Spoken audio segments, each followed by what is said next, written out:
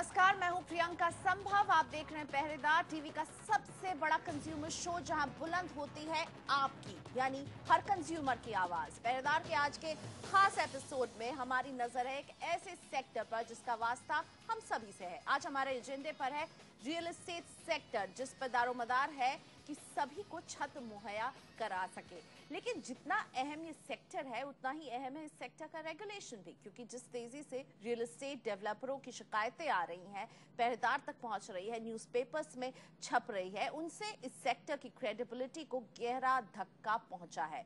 हर राज्य में हाउसिंग को रेगुलेट करने के लिए अलग अलग नियम कायदे बने तो हैं, लेकिन उन पर अमल कितना हो रहा है ये बड़ा सवाल है। अभी हाल ही में दिल्ली एनसीआर के नोएडा और ग्रेटर नोएडा को यूपी अपार्टमेंट एक्ट के दायरे में लाया गया ताकि बिल्डरों की मनमानी से कंज्यूमर को बचाया जा सके। लेकिन क्या सिर्फ एक्ट बना देना ही काफी है? ये है हमारा बड़ा सवाल। और इन एक्ट का आखिर कितना कंज्यूमर फायदा उठा पाते हैं और किस हद तक वो उठा सकते हैं, इन सब पर आज हम चर्चा करेंगे। मेरे साथ हैं कुछ खास मेहमान और गग्गर एसोसिएट्स के पार्टनर एडवोकेट वैभव गग्गर हैं। सबसे पहले गॉर्सन्स के एमडी मनोज गॉर्सन्स, जो कि साथ ही में क्रेडाई वेस्टर्न यूपी के प्रेसिडेंट भी हैं। और मेरे साथ है federation of apartment owner association के secretary general colonel Sarvadaman Singh Oberoi. साथ ही मुंबई से मेरे साथ जुड़ रहे हैं लॉयर आनंद पटवर्धन, जो कि कंज्यूमर मामलों पर अपनी आवाज उठाते रहे हैं। चर्चा शुरू करने के पहले हम बताते हैं कि नोएडा और ग्रेटर नोएडा के इलाकों में घर खरीदने वालों के लिए एक अच्छी खबर आई है। अब इन इलाकों में भी यूपी अपार्टमेंट एक्ट 2010 लागू होने जा रहा है। अब तक नोएडा और ग्रेटर नोएडा में प्रॉपर्टी ट्रांजैक्शंस पर यूपी इंडस्ट्रियल एक्ट लागू होता था, जिससे कानूनी विवाद की स्थिति में घर खरीदने वालों को काफी दिक्कतें आती थी। अब यूपी अपार्टमेंट एक्ट लागू होने के बाद इन इलाकों में घर खरीदने वाले करीब 8 लाख लोगों को फायदा होगा।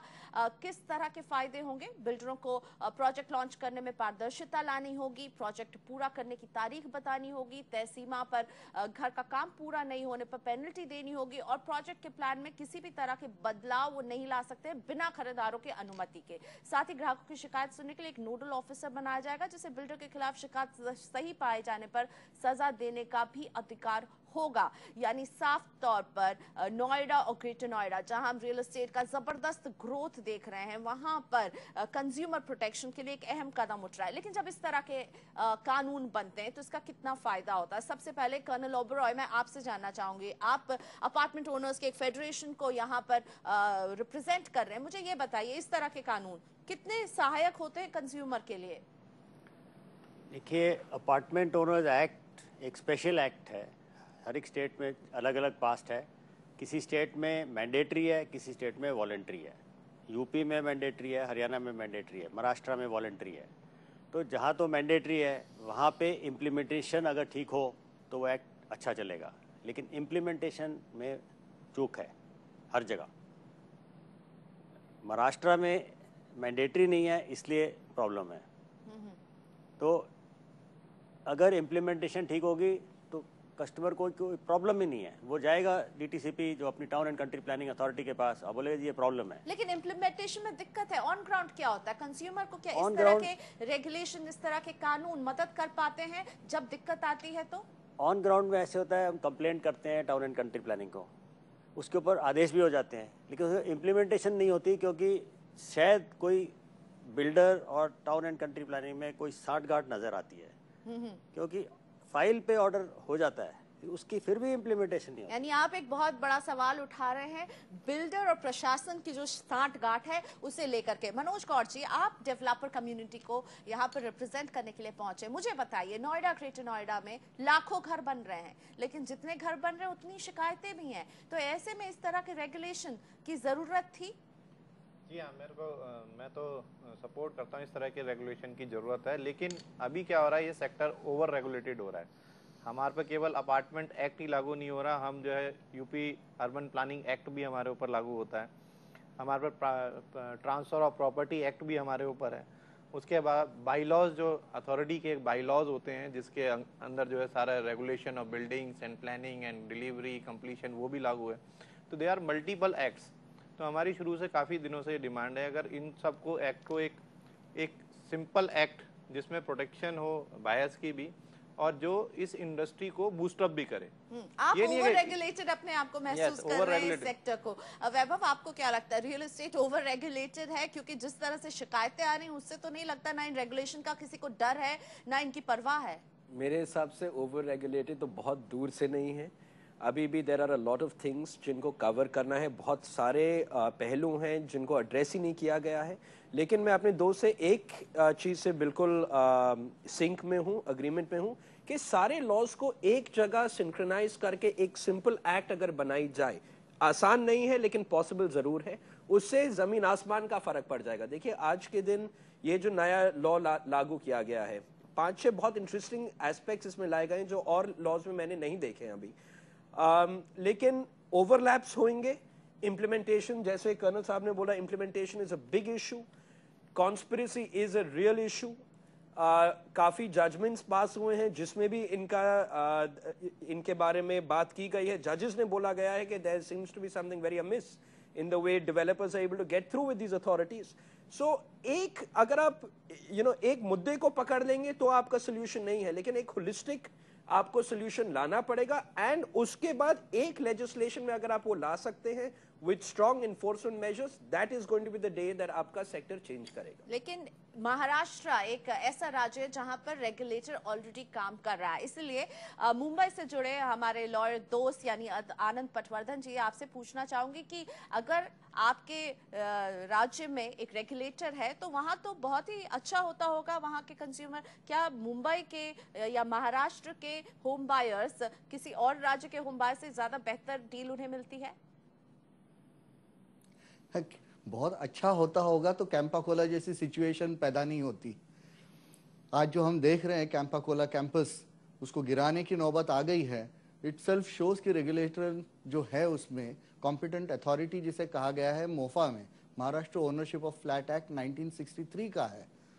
लेकिन इसमें जिस तरह से उसको रेगुलेट करना चाहिए था, जिस तरह से उसमें पावर्स होने चाहिए थे, ज़्यादा से ज़्यादा थोड़ी ब्लैकलिस्ट कर सकते हैं बिल्डर को, लेकिन उसके बाद और कुछ नहीं होता। मोफा को अच्छी तरह से इम्प्लीमेंट करने के लिए सिर्फ कंज्यूमर प्रोटेक्शन एक्ट ही काम कर रहा है ठीक से। यानी जाहिर तौर पर मेरे सारे ही पैनलिस्ट कह रहे हैं इस तरह के रेगुलेशन कागज में तो बहुत अच्छे दिखते हैं, बहुत सख्त दिखते हैं, लेकिन जमीन पर जब उतरते हैं तो आखिर कंज्यूमर की कितनी मदद करते हैं? शायद नहीं कर पाते हैं। इनको लागू करने का जो जज्बा है वो कहीं ना कहीं सिस्टम में नहीं नजर आ रहा है। इस पर आगे और भी बात करेंगे। तो क्या करे कंज्यूमर जब वो बिल्डर की लुभावनी बातों में फंस जाता है, इस पर जानने की कोशिश करेंगे आगे पहरेदार में।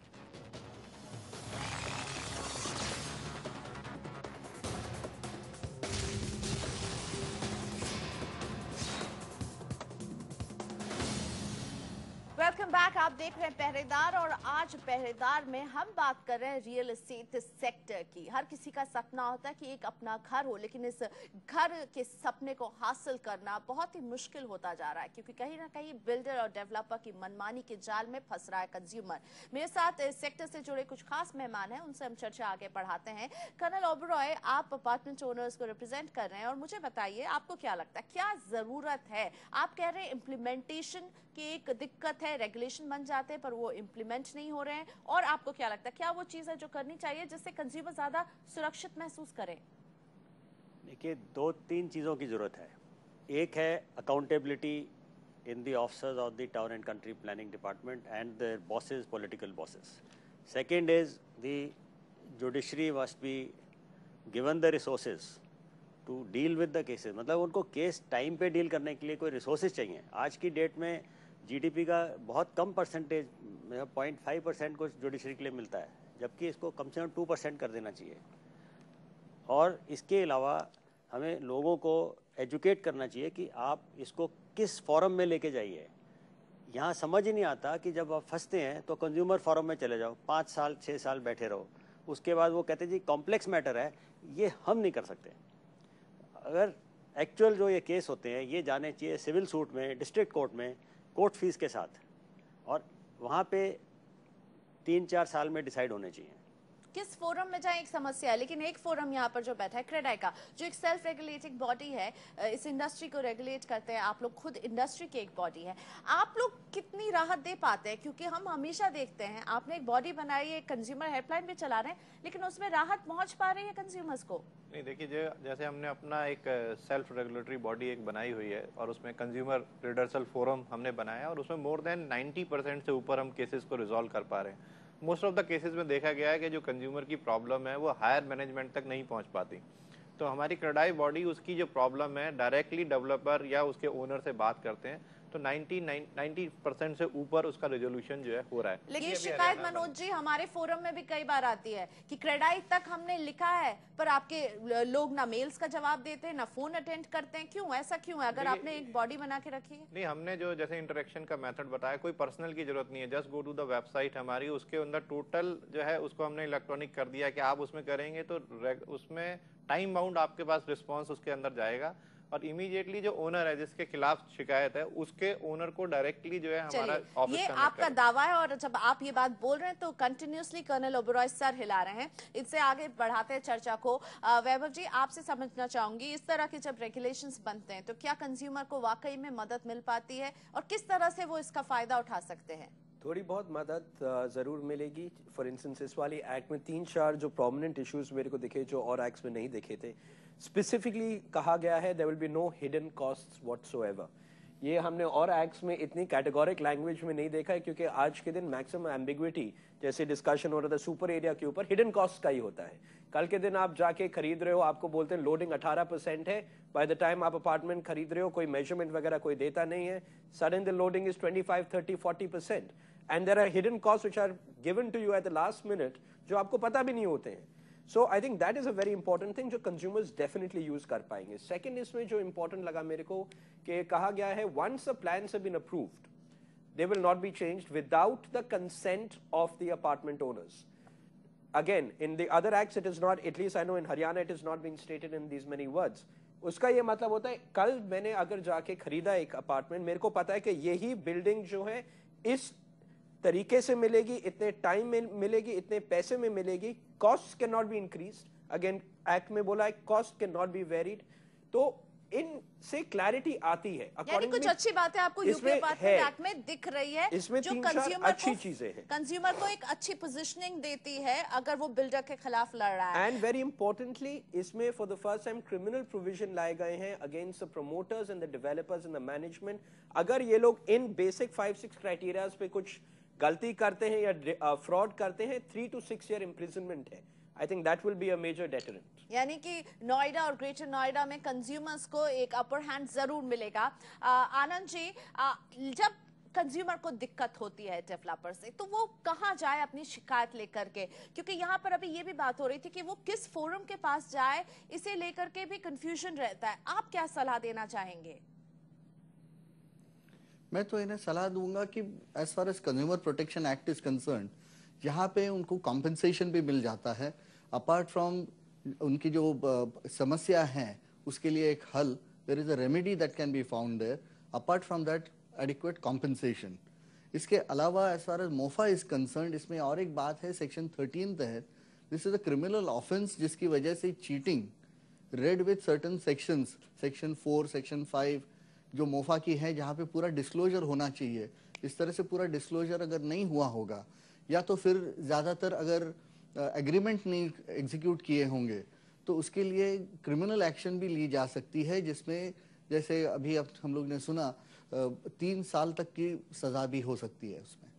यानी साफ तौर पर जो रेगुलेशन या जो कानून बन रहे हैं वो काफी अपने आप में सख्त हैं, अच्छे प्रोविजंस के साथ हैं, ये हमारे सभी एक्सपर्ट्स मान रहे हैं। लेकिन ये जमीन पर कितने उतर पाते हैं, कितनी मदद कर पाते हैं, यही है हमारा बड़ा सवाल, और इस सवाल का जवाब हम अभी भी ढूंढ रहे हैं। वापस आते हैं एक छोटे से ब्रेक लेकर।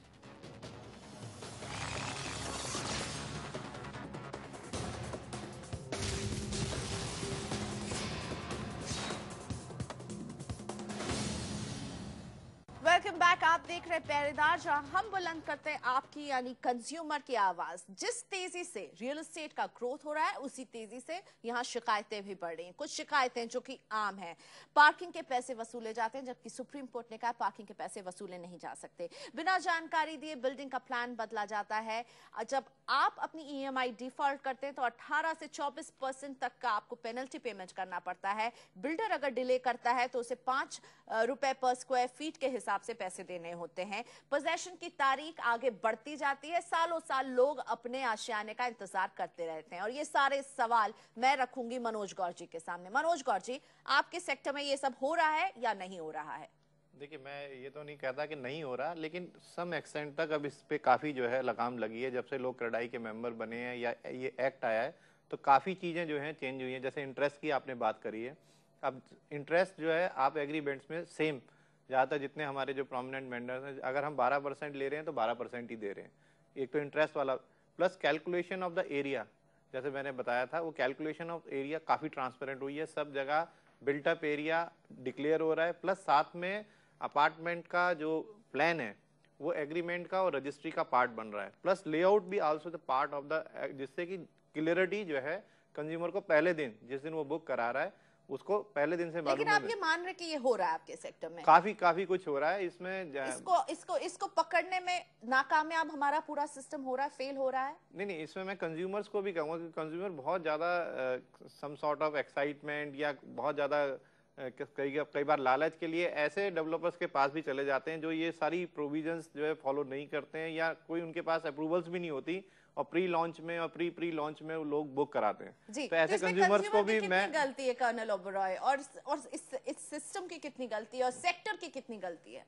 नहीं, मैच्योर होना पड़ेगा, कंज्यूमर को मैच्योर होना पड़ेगा, लेकिन इंडियन कंज्यूमर के पास अभी चॉइस नहीं है। दूसरा ये है कि जो डिपार्टमेंट्स हैं टाउन एंड कंट्री प्लानिंग की, उनकी साठगांठ है बिल्डर के साथ, तो इसलिए अगर वो डिपार्टमेंट स्ट्रिक्ट हो तो कंज्यूमर वहाँ पूछ सकता है। यहाँ तो कोई ऐसा सिस्टम नहीं है। कंज्यूमर जाता है बिल्डर के पास, वो कहता है देखो ये हमारी एग्रीमेंट है, साइन करना है, साइन करो, जाओ दूसरे बिल्डर के पास। बिल्कुल, बिल्डर में खौफ नहीं है वैभव कहीं ना कहीं, और एक बिल्डर और ब्यूरोक्रेसी के हाथ जो मिले हुए हैं। ये सवाल केवल हम ही नहीं, इलाहाबाद हाईकोर्ट ने अपने एक अहम फैसले में भी कहा है। क्या ये एक वजह है जिसकी वजह से बिल्डर में कोई खौफ नहीं है? बिल्कुल नहीं है, बिल्डर में बिल्कुल खौफ नहीं है। और आप जब ये केसेस डील करते हैं आपको लगता है कि बिल्डर को परवाह भी नहीं है, खौफ? लेकिन बिल्डर को भी ये पता होता है कि लड़ाई जो है साल भर में नहीं खत्म होगी, 2 साल में नहीं खत्म होगी। एक राउंड होगा, दूसरा राउंड होगा, तीसरा राउंड होगा, फिर जाके सुप्रीम कोर्ट पहुंचेगा, फिर जाके फाइनली डिसीजन होगा। वहां तक पहुंचते पहुंचते आधे लोग तो जीवित ही नहीं रहते। तो बिल्डर की भी ये स्ट्रैटेजी रहती है। Why just builder, any big player in the market जो लिटिगेशन फेस करता है, वो उनकी स्ट्रैटेजी रहती है, नंबर 1। नंबर 2, गौर साहब यहाँ पे कह रहे हैं कि बहुत सारे बिल्डर्स जो है पैरिटी ला रहे हैं in terms of fair agreement. Frankly मैंने तो नहीं देखा है, और अगर है I can give it you in writing. अगर वो बिल्डर जाके एक्चुअली एडवर्टाइज करता है that I am bringing about a fair agreement, आधे और जो बिल्डर्स जो अनफेयर टर्म्स करते हैं वो खड़े नहीं हो पाएंगे। बिल्कुल, अगर आप फेयर बना रहे हैं मनोज जी, तो आप इसे पब्लिसाइज क्यों नहीं करते? क्योंकि मुझे लगता है कहीं ना कहीं ये फेयर नहीं बन रहा है, बल्कि एग्रीमेंट्स और अनफेयर बनते जा रहे हैं। लोगों को जरूरत है घर की, आवाज की जरूरत है, और इसका फायदा उठा रहा है। आई वेलकम आप मेरे दोनों पैनलिस्ट, प्लस आपको मैं अपने ऑफिस में करता हूँ, और या जो हमारा एक मॉडल एग्रीमेंट है मैं दिखाता हूँ। ये जितनी बातें मैंने बोली हैं ये सारी इंप्लीमेंट हो रही हैं, कोई एक्स्ट्रा चार्जेस नहीं है। आप कर रहे हैं, मुट्ठी भर कुछ कर रहे होंगे, लेकिन क्या सभी कर रहे हैं इस सेक्टर में? देखिए, जैसे मुट्ठी शुरुआत तो कहीं से हुई, अगर मुट्ठी भर लोगों ने शुरुआत करी है, और कंज्यूमर उसको जो है एक मैं तो कंज्यूमर को इसलिए कह रहा हूँ कि उसको मैच्योर होना चाहिए। अगर कंज्यूमर ये सब चीजें देख के उन बिल्डर से खरीदेगा तो दूसरों को फॉलो करना ही पड़ेगा। आनंद जी, आपको क्या लगता है कहाँ दिक्कत कौन सी सबसे बड़ी है? कंज्यूमर को पता नहीं कि उसके अधिकार क्या है, या ये दिक्कत है कि बिल्डर और ब्यूरोक्रेट्स की एक जो साठगांठ है उसका खामियाजा भुगतना पड़ता है, या बिल्डर बेखौफ है, उसे किसी की परवाह नहीं है, रेगुलेशन जितने भी सख्त हो क्या होगा, उसका सिस्टम कुछ नहीं बिगाड़ पाएगा? जी हाँ, जहाँ तक कि ये साठगांठ की बात हो रही है बिल्कुल सच है, and that has been the biggest problem. जिसके अलावा ग्राहक जब भी कोई चीज़ खरीदने जाता है, खास तौर पे अगर घर खरीदने जाता है, तो उसका बजट, उसका प्लानिंग, कौन से बजट में उसको कौन सा घर मिलेगा, थोड़ी सी वहाँ पे एक लालच जैसी चीज़ तो आ ही जाती है कि थोड़ा सस्ते में मिल रहा है या कुछ हो रहा है, यहाँ पे घर मिलेगा, यहाँ पे लोन्स मिल सकते हैं। तो ये सब जो एडिशनल जो फ्रिंज बेनिफिट्स जो ऑफर करते हैं, उस चक्कर में शायद ये भूल जाते हैं उसके अलावा एक बहुत बड़ी स्ट्रैटेजी बिल्डर लोग की ऐसी होती है, फर्स्ट मेक पेमेंट, कम से कम 20% पेमेंट करें तो हम आपको आपका एग्रीमेंट दिखाएंगे, क्या एग्रीमेंट बनेगा। This is the biggest problem in Mumbai, जहाँ पे एग्रीमेंट की कॉपी या ड्राफ्ट एग्रीमेंट ही नहीं दिखाया जाता बहुत सारे ग्राहकों को when they are actually purchasing a flat, जिसकी वजह से होता यह है कि 20% तक तो पैसे दे चुके हैं, जिसके बाद अगर एग्रीमेंट हाथ में आए तो बस यही एग्रीमेंट है, लेना हो तो लो, नहीं तो फॉरफिट करो। इसमें ब्लैक मनी मतलब कैश मनी और जो एग्रीमेंट वैल्यू है, ये एक बात बॉम्बे में और बहुत सारी जगहों में इतना साफ और इतनी खुलेआम हो रहा है कि अगर उतने कैश पैसे दिए हो तो जिसकी रिसीट भी नहीं होती, अब करे क्या, he has to accept whatever is offered to him. यानी साफ तौर पर मुंबई में जरूर डेवलपर्स है। तो मनमानी करेंगे ही अगर उन्हें मौका मिल रहा है, अगर हमारा सिस्टम उन्हें मौका दे रहा है। ऐसे में कंज्यूमर को ज्यादा जागरूक होना, अपने अधिकार को जानना बहुत जरूरी हो जाता है। और आंखें खोल करके आप कोई भी अग्रीमेंट जब करते हैं और अपनी बात जरूर रखिए, क्योंकि ये अग्रीमेंट है, दो पार्टी के बीच में एक सहमति है, ना कि एक पार्टी असहमत है और एक पार्टी सहमत होने से ये अग्रीमेंट पूरी तरह से पक्का नहीं बन सकता है। तो यहीं पर मैं शुक्रिया अदा करना चाहूंगी अपने सभी मेहमानों का, मुंबई से आनंद जी का, यहाँ कर्नल ओबरॉय, मनोज गौर जी और वैभव कक्कर का, और पहरेदार में आज हमें यही इजाजत दीजिए। अगले हफ्ते हम फिर हाजिर रहेंगे आपकी आवाज बुलंद करने के लिए, और रियल एस्टेट पर रहेगी खास पहरेदार की नजर, क्योंकि अगर कंज्यूमर परेशान है तो पहरेदार को इस बात की फिक्र है और हम आपकी आवाज बुलंद करते रहेंगे। नमस्कार।